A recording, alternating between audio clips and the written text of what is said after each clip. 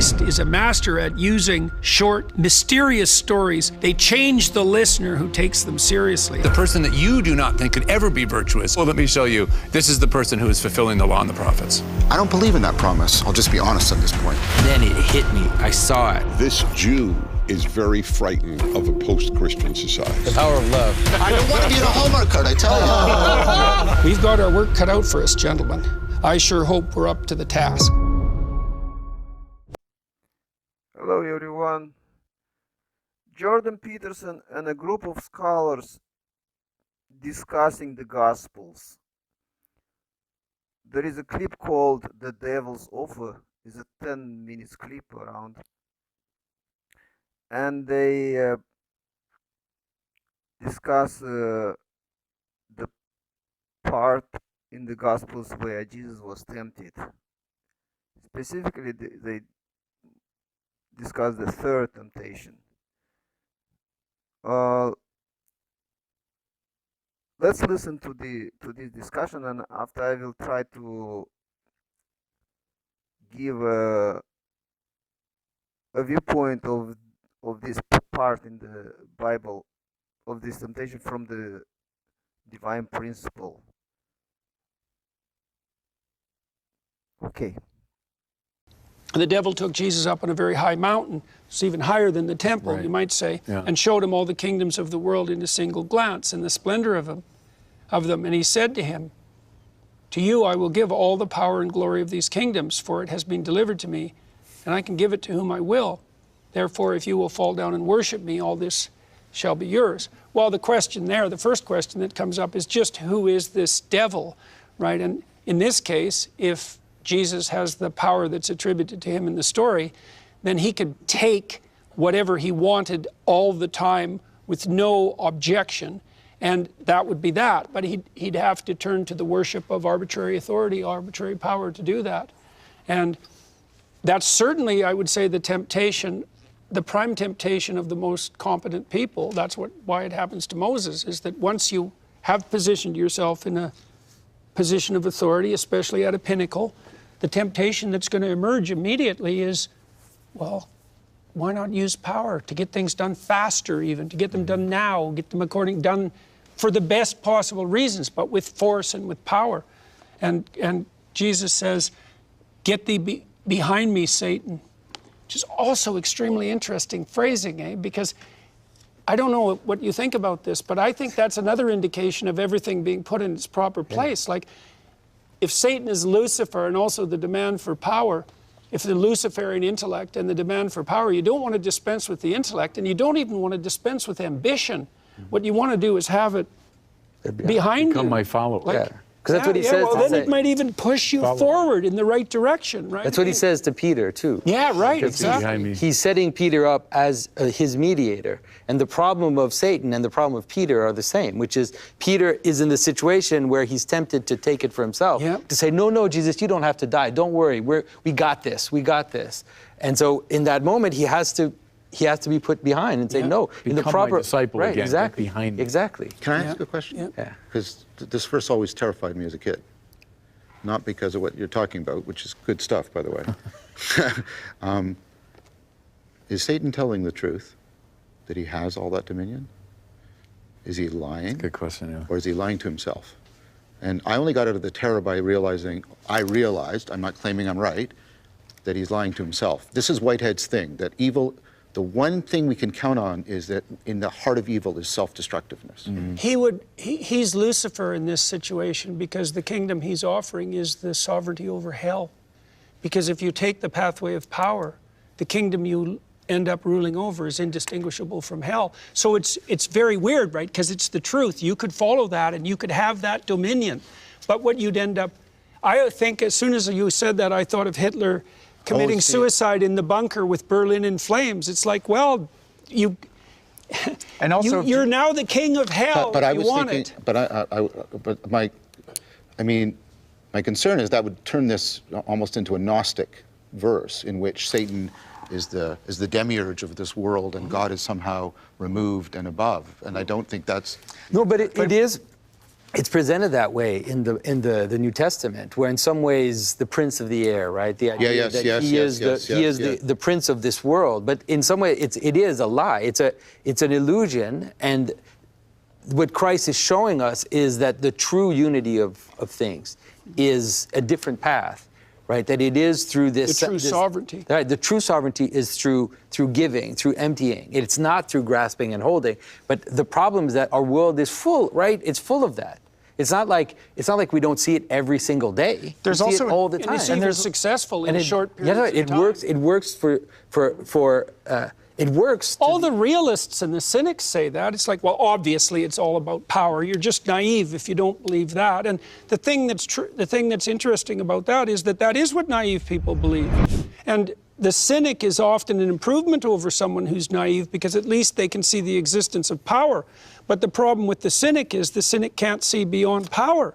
And I do think, I don't know what you think about this, John, but I think a huge part of the reason that our universities are in upheaval and our society in disarray is because people they believe that it's true that the world is ruled by the spirit of power. They believe that. But And it's a false belief. it's more than a false belief, right? They enter into performative contradiction after performative contradiction when they pronounce it. There's something that's twisting within trying to make that pronouncement.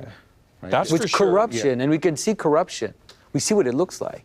You see when a state representative decides that it's all about them and their power, and they twist their role, which is supposed to be in service of a higher good and in service of the people, when they twist it towards themselves, and it surfs for a while. But I also, It's John, sovereignty of soul. I also think there's another answer to the initial question that you posed, which was, if Jesus were to cede to the temptation, then it would make the temptation what's on offer real, because it would have succeeded in having the Son of God and God himself participate in it. Right? I mean, so that's the sort of knot at the middle of it. When you're saying, is he lying? It's like, in success, like, what do we think the capabilities would be of Jesus to take control if he in fact were turned to evil? Like Gandalf taking the One Ring kind of thing. that's right. Yeah, it's a good example. That's the scariest part of that whole movie, I think, is that moment when Gandalf himself is Contemplates. tempted by the ring. And here's this supremely good, character, but you see in his eyes, as Ian McKellen plays him, he's tempted by that ring, and that's more dangerous than the orcs and all those things. It's when Gandalf might have Well, gone maybe bad. it's possible that these temptations mount in significance Yeah, they as do. they're put forward, with the power being the Yes. most significant temptation. I think it is. Could easily be. Can I just ask, there's a sense in which you can only be tempted by good things, right? And here, these are all good things. Tempted by bread to feed his hunger, tempted by the prospect of his being revealed as the Son of God, and tempted by the prospect that all things be revealed as being under and subordinate to him. And the question I have is, it seems to me that his replies in every case, you might say, enact the posture that affirms the deeper good that he would be denying by giving in to the temptation. So by not. But he actually says, man does not live not by bread alone, but by every word that proceeded of the mouth of God. By saying that, he's actually, you might say, living on the spiritual sustenance of that higher relationship spiritually. Well, that's what he says at the end. Well, yes, right? and so too with all the other two. You might say they enact the very thing that is the antidote to the temptation.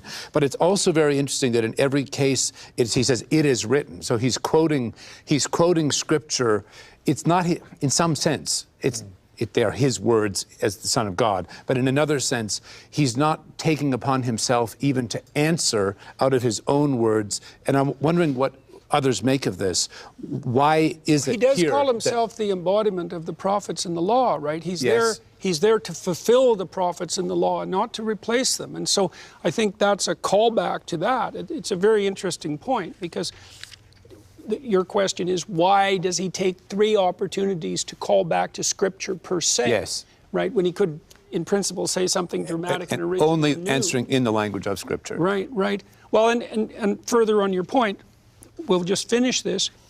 Christ says to Satan, "Get thee behind me, for it is written," and this is the antithesis, "Thou shalt worship the Lord thy God, and him only shall you serve." And so he's stating that heart and soul have to be oriented towards what's highest, and that's the antithesis to the power drive, which I believe to be the case. And that also seems to fit in very nicely with the sacrificial motif. It's if you're in the proper relationship with your children, even your disciplinary strategies are done not as a consequence of power, but in service to what's higher, which would be the furtherance of their spiritual and physical development, right, in a spirit of love, right? And Well, it's in service of parental authority, not power. right. And we have well, confused power and authority, so we have totally destroyed Yeah, authority. but even parental authority is not Teachers don't have arbitrary. authority, parents don't have authority, police don't have authority. So you end up, the state ends up having all authority. if we conflate authority and power, that inevitably is the case, right? And I that's think right. there's a truly dark motivation underneath that, which is the best way to undermine legitimate authority is to make the case that there's no authority but power, right? Because then there's nothing, instantly there's nothing legitimate. That's sort of the core of the war on merit as far as I'm Stephen, concerned. I think the answer to your question also is back to the opening of John. In the beginning was the Word, and the Word was with God, and the Word was God. It was written, it has been said. It's all conflated.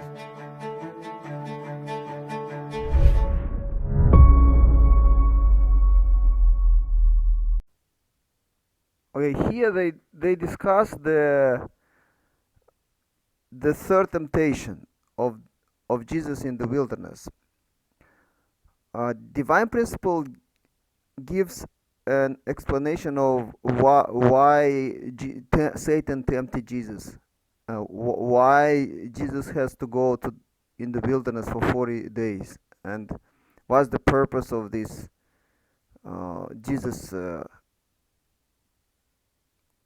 why Jesus go to 40 days and in the wilderness, and why Satan was tempting him 3 times. So, but before the understanding the third temptation, we need to understand a little bit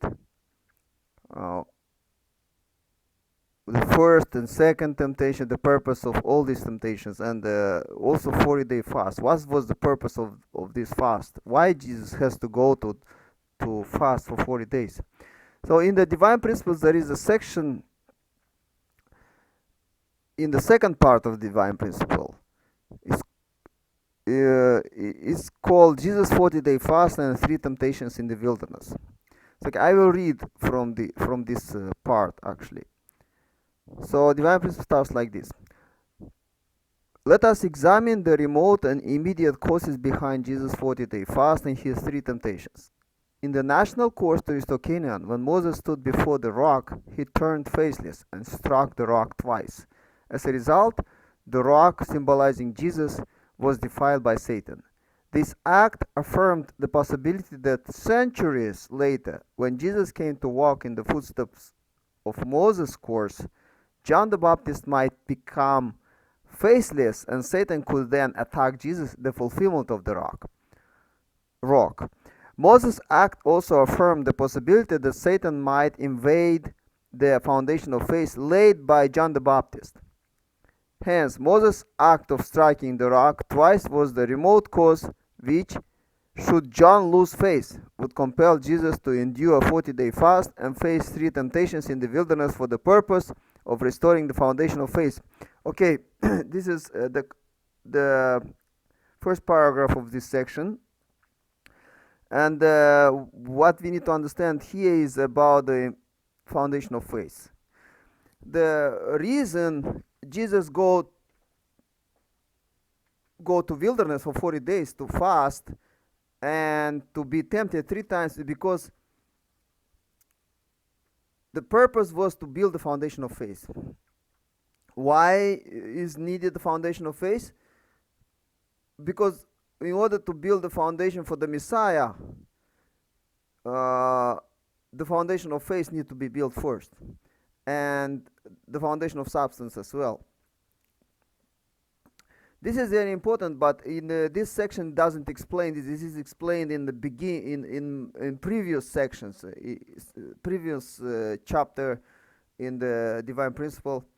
But to give a little bit explanation is that the purpose of the whole history starting with Adam and Eve, and going through Noah, Abraham, Moses, the kings, and up to Jesus, was to build the foundation of faith, foundation for the Messiah.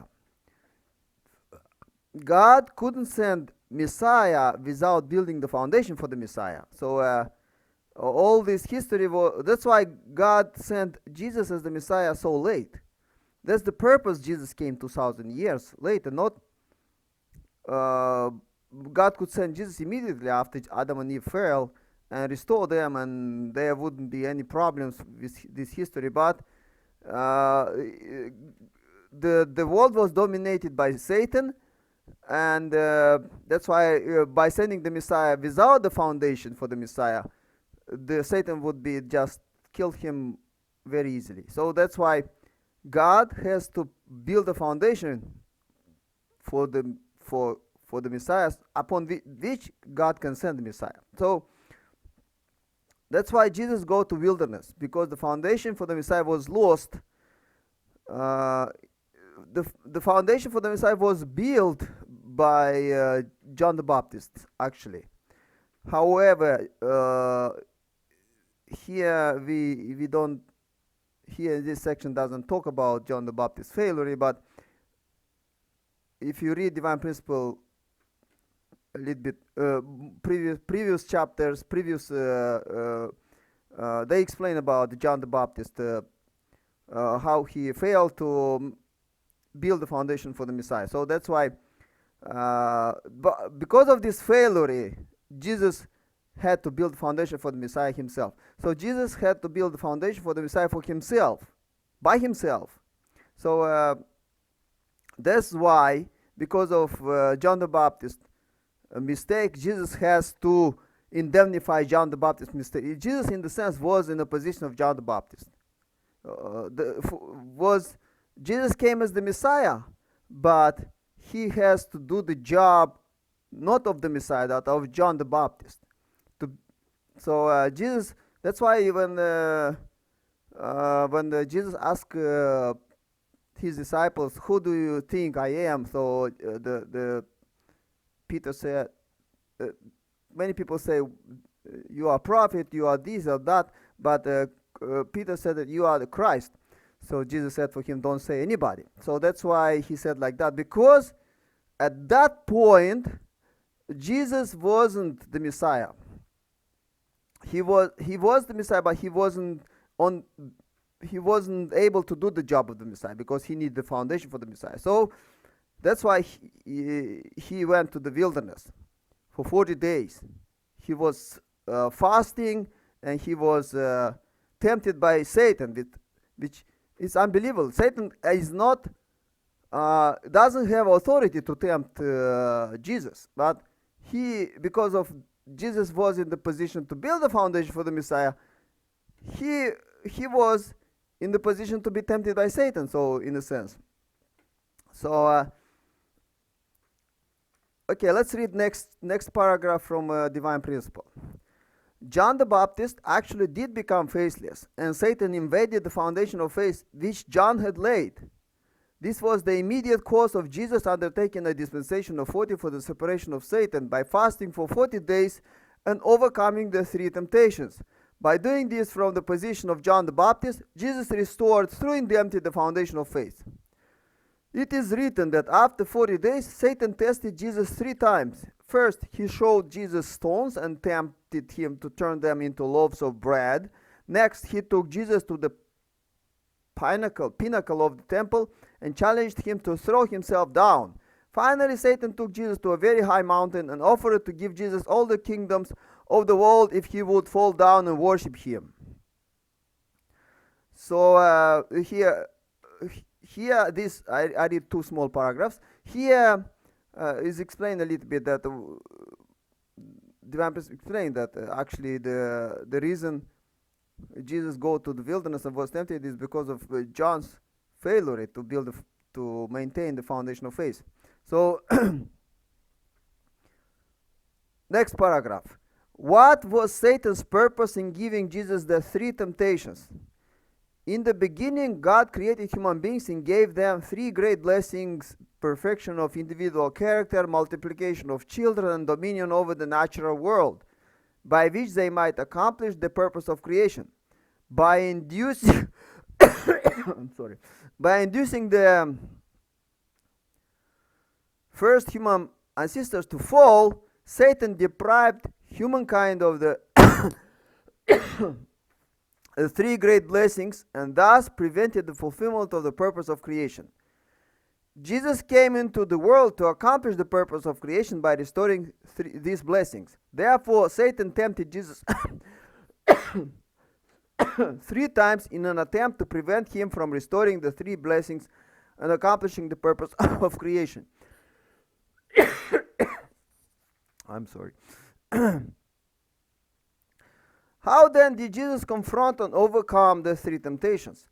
First, let us examine how Satan came to be in a position to impose temptations on Jesus. Satan first took such a dominant position when, in the national course to restore Canaan, he claimed possession of the rock and the tablets of stone which symbolize Jesus and his would-be bride. Okay, this I will stop in the middle.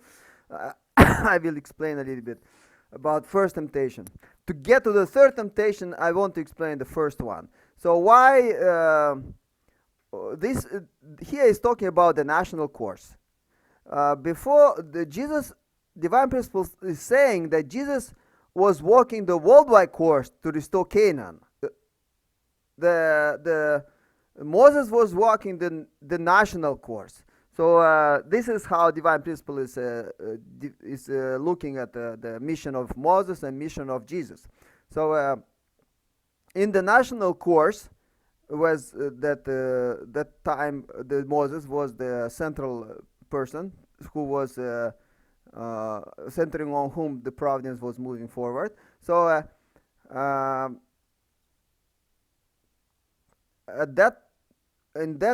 during that course, we know that Moses made a mistake by breaking the tablets of stone.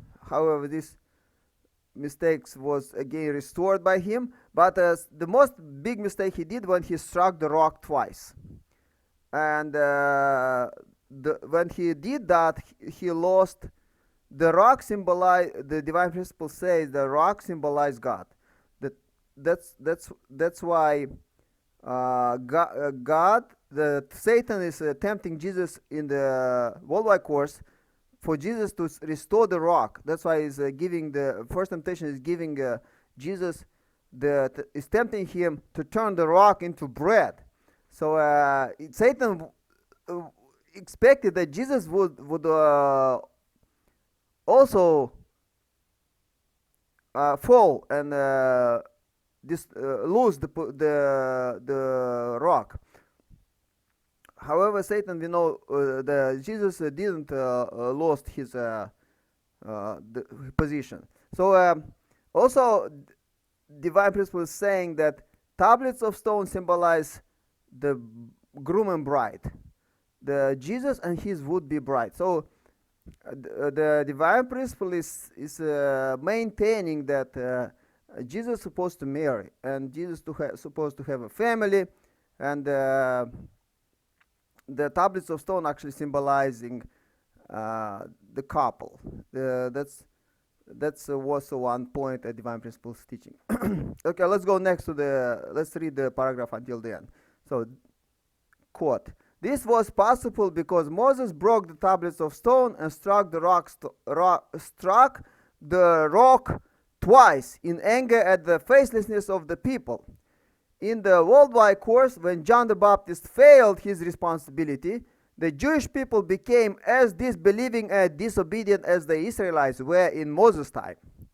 Therefore, as God had already foreshadowed in Moses' course, Satan rose to a position of power from which he could impose temptations on Jesus." So we see the remote cause why Satan was in a position to impose temptation on Jesus was because of Moses' failure. It happened how long? 1500 years before Jesus came, or something like that. 1600 years.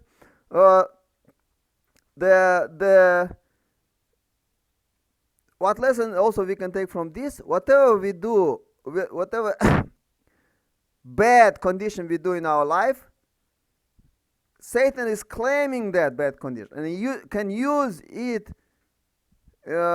generations later to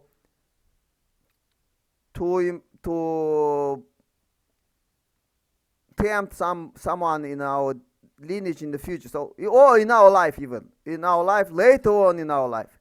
So it's not like you making the bad condition now.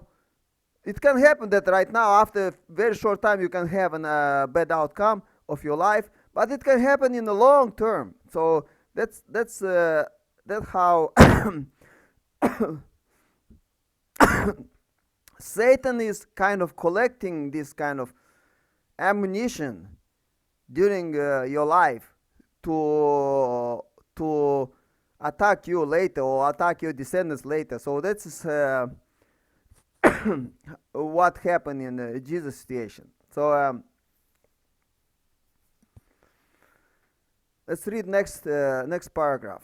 After Jesus completed the 40-day fast in the wilderness, Satan appeared before him and tempted him, saying, "If you are the Son of God, command these stones to become loaves of bread." Satan had possession of the stone. He had claimed the water-giving rock and the tablets of stone based on the condition first set by Moses' mistakes and then brought to fruition by John the Baptist's faithlessness. Moses had first obtained the stone after fulfilling dispensations of 40 for the separation of Satan in the wilderness to purify and recover the stone. Jesus fasted in the wilderness for 40 days.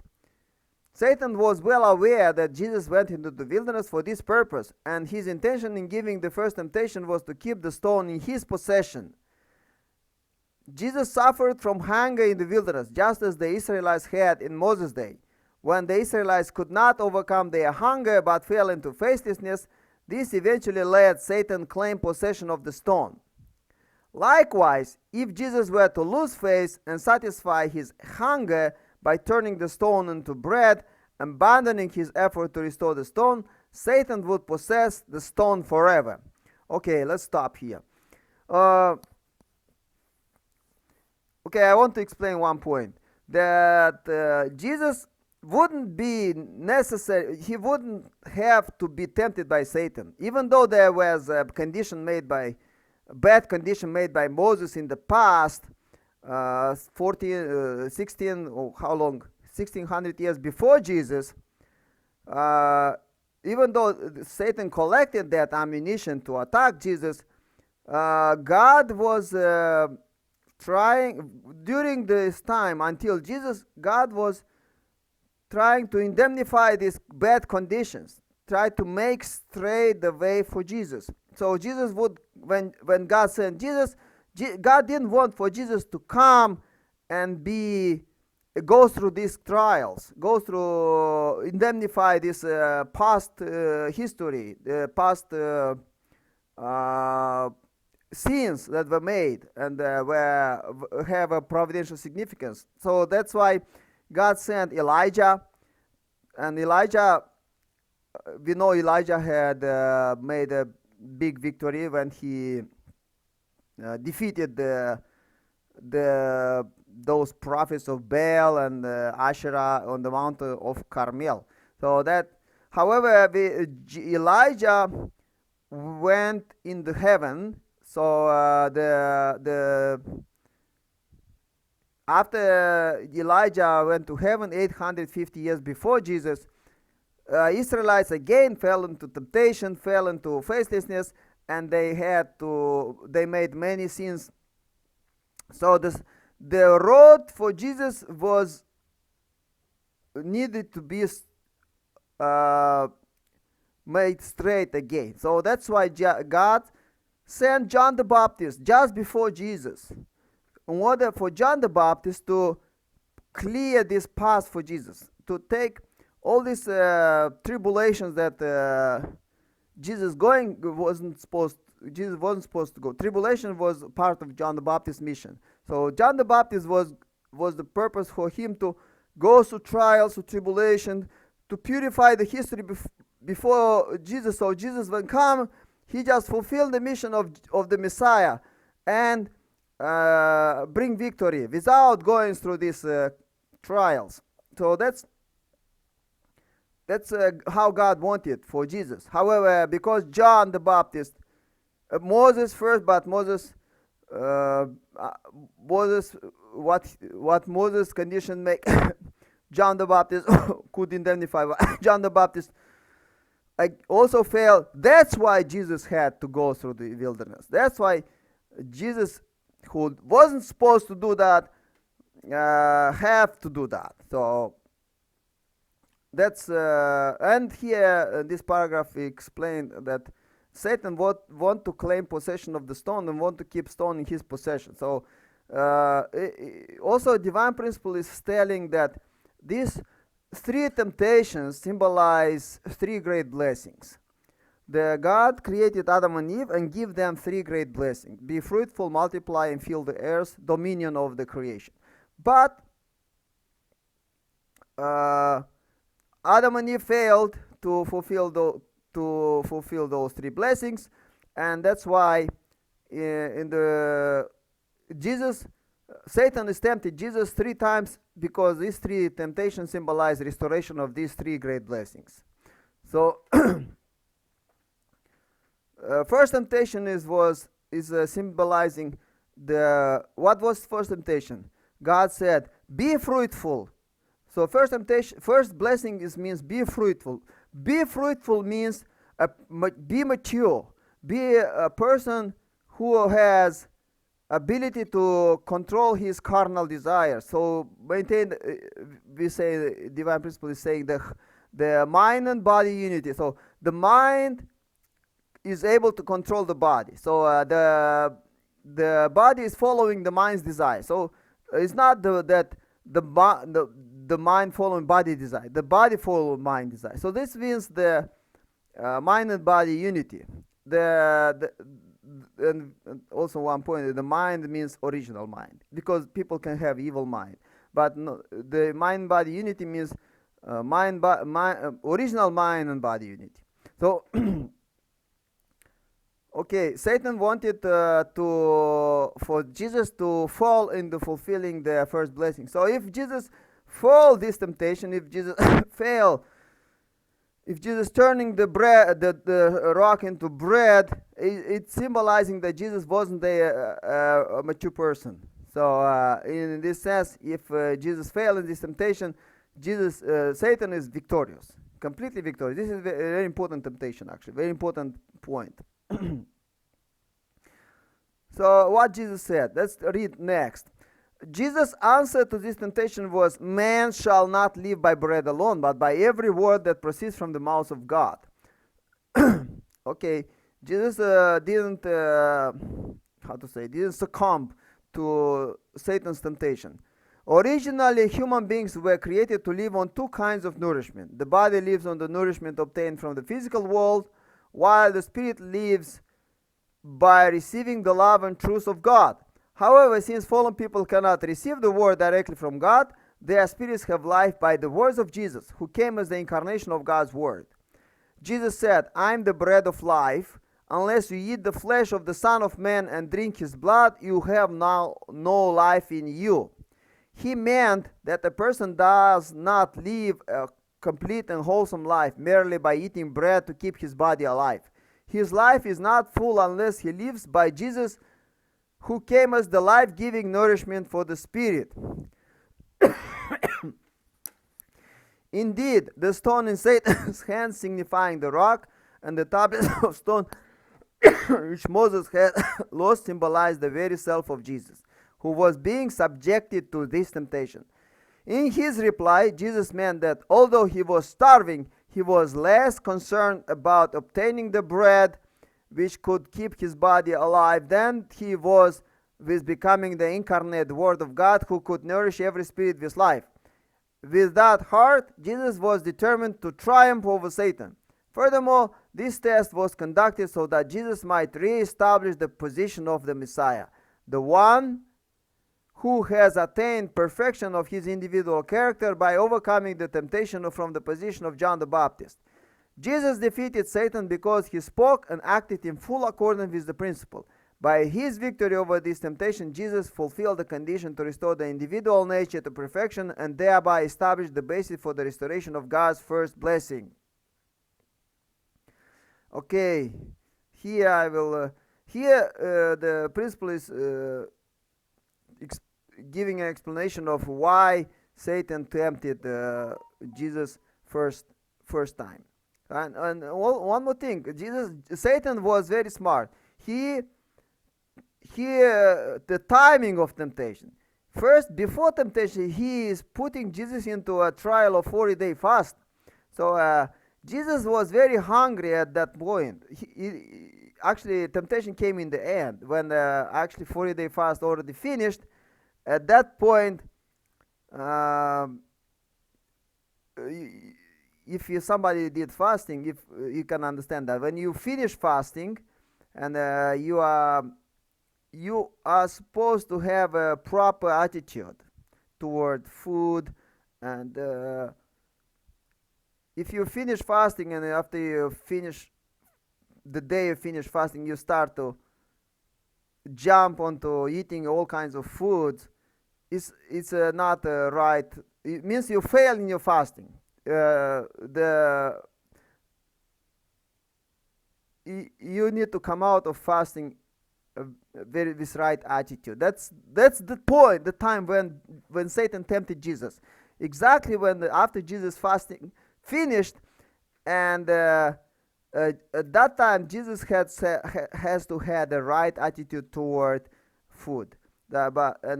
Satan came and tried to see if Jesus would be able to maintain that. That was the most vulnerable time for Jesus. Not during the fast. During the 40-day fast, Jesus was determined to not eat. He wouldn't eat that time. Satan exactly came when Jesus was the most vulnerable. When the condition finished, or he is kind of not restricted by the condition to not eat, he can eat already. But the attitude is important. So that's why Satan tempted him at exactly that time. That I wanted to explain also. Okay, I will explain next a little bit later.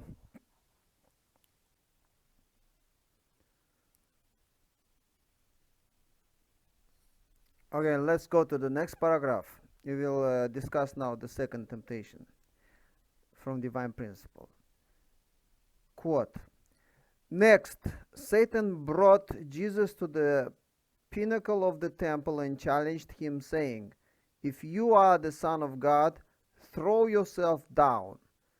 Jesus referred to himself as the temple.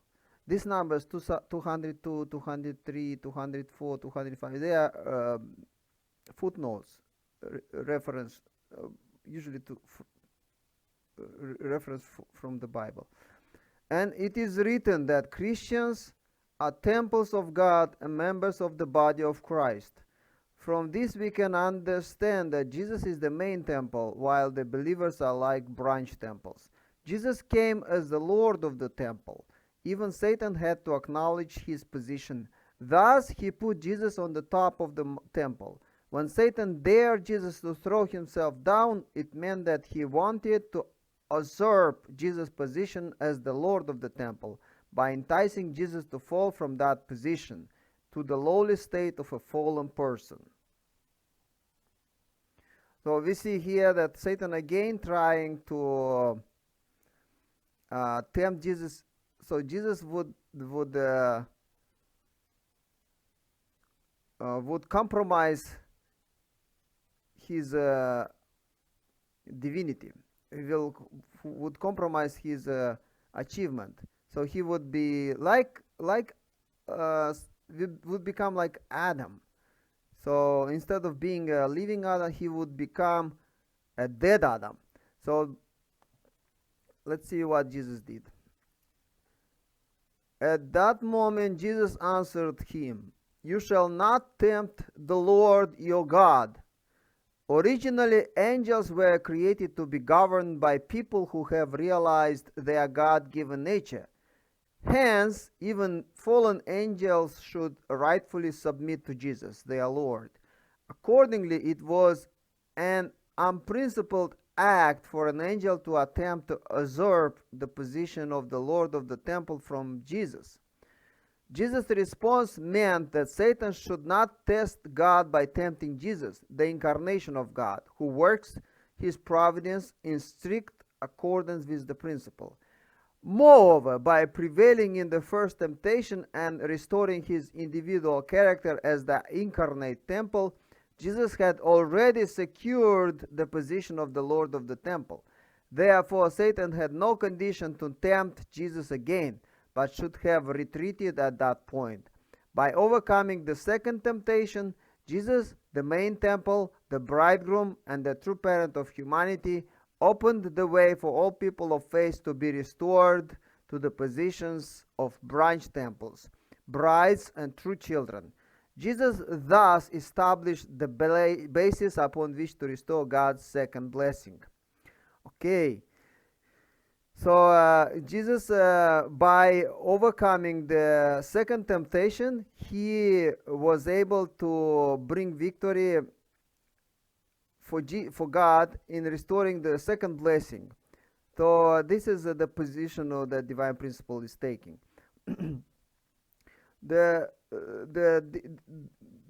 paragraph he is saying that when Satan put Jesus on the top of the temple, this was a recognition by Satan that Jesus is achieved the perfection. Jesus is perfect, and Jesus is fulfilled the first blessing. So Satan recognized that by putting him on the top of the temple. So at that moment, Satan doesn't have a condition to tempt Jesus, because Satan cannot tempt God, and Satan cannot tempt people who become one with God, like Jesus became one with God, become perfect. So but anyway, Satan tempted Jesus. Why? Because Jesus has to prevail in restoring the second blessing.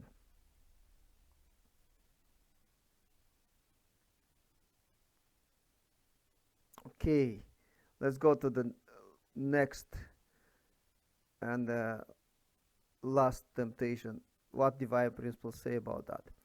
Okay, quote. Finally, Satan took Jesus to a very high mountain and showed him all things under heaven and all their glory, saying, "All this I will give you if you will fall down and worship me." Due to Adam's fall, human beings lost the qualification to be the lords of creation.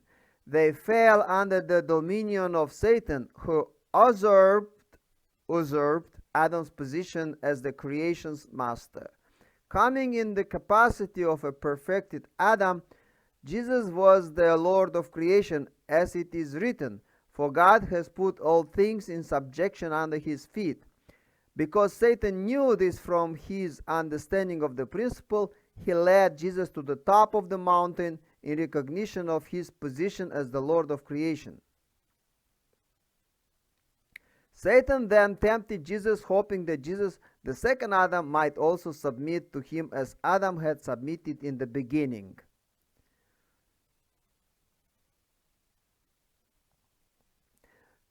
Here again, we see that Satan putting on the top of the mountain. Only divine principle explains this in this way. When Satan putting Jesus on the top of the mountain, it's a recognition of Jesus from Satan that Jesus actually achieved perfection, and the all things. The third blessing means that the dominion of all things, like human beings able to dominate all things. They are not on an equal footing with all things. They are lords of all things. So that's why Satan put him on the top of the mountain. These temptations are explained very clearly in the divine principle.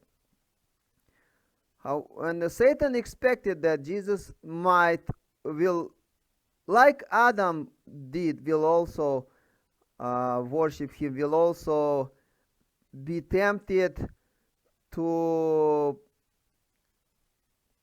fall from his position that he achieved of the Lord of creation. So in the video, the Jordan Peterson and his friends, they discussed this point actually, that John Peterson asked what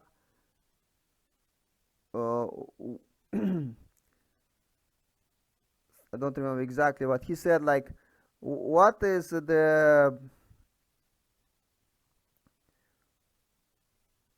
he is Lord of creation. God, like Satan is giving all of this him, but in the sense that like Jesus already, this all kind of belonged to him. However, divine principle explains that the all creation, God couldn't govern all creation after Adam and Eve fall. They lost the qualification. They lost the third blessing, first and second and third blessing. So the creation is dominated not by God. God can dominate creation through people, but God cannot dominate people because people are fallen. So fallen people are dominated by Satan. That's why Satan is dominating creation through fallen people. So in this sense, the creation, all this creation that Satan want to give Jesus, if you worship me, I will give you, it belongs to Satan, because Satan, in a sense, is a lord of this, is dominating the creation through fallen people. So because God doesn't have anything to do with fallen people, he cannot dominate. Even God created the creation. God is a spiritual, creation is a physical, but people have ability to govern the physical and the spiritual world. So that's why only people are this kind of mediator between the creation and God. So only through people the dominion is happening of the physical world, and God cannot dominate with fallen people, but through Jesus God can dominate, because Jesus achieved the perfection. And here Satan is tempting Jesus, is saying, oh, you see, I dominate all things, but I will give this to you if you worship me. So in a sense, Jesus could be tempted. Many people actually are tempted by this. Because of money, many times people are making compromises for their conscience. So this is also because of material well-being. Many people are making compromises for their conscience, for what is right. That's what is this temptation? This temptation didn't come only to Jesus; it's coming to every people every day. So Jesus brought victory. The one who has prevailed, Jesus prevailed in this temptation. We who are wrestling God, we are wrestling with God. We are wrestling to prevail. So that's why Jesus showed us example how to prevail by. Let's read how he prevailed. What was the Jesus' way of prevailing over this temptation? So next quote. Jesus replied, I'm sorry. Begone, Satan, for it is written, You shall worship the Lord your God, and him only shall you serve.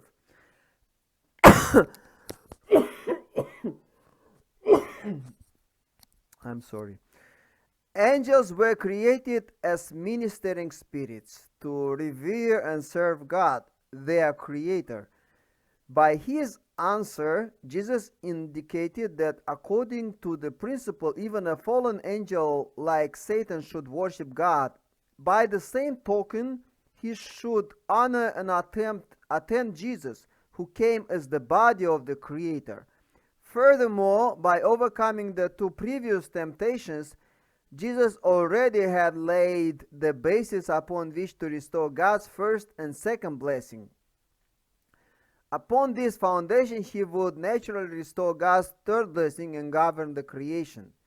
Jesus said, "Begone, Satan," because there was no longer any basis for Satan to contend with Jesus over the natural world, which already stood on the firm foundation of his victory. By prevailing in the third temptation, Jesus set up the condition to restore dominion over the natural world, which is God's third blessing. End quote.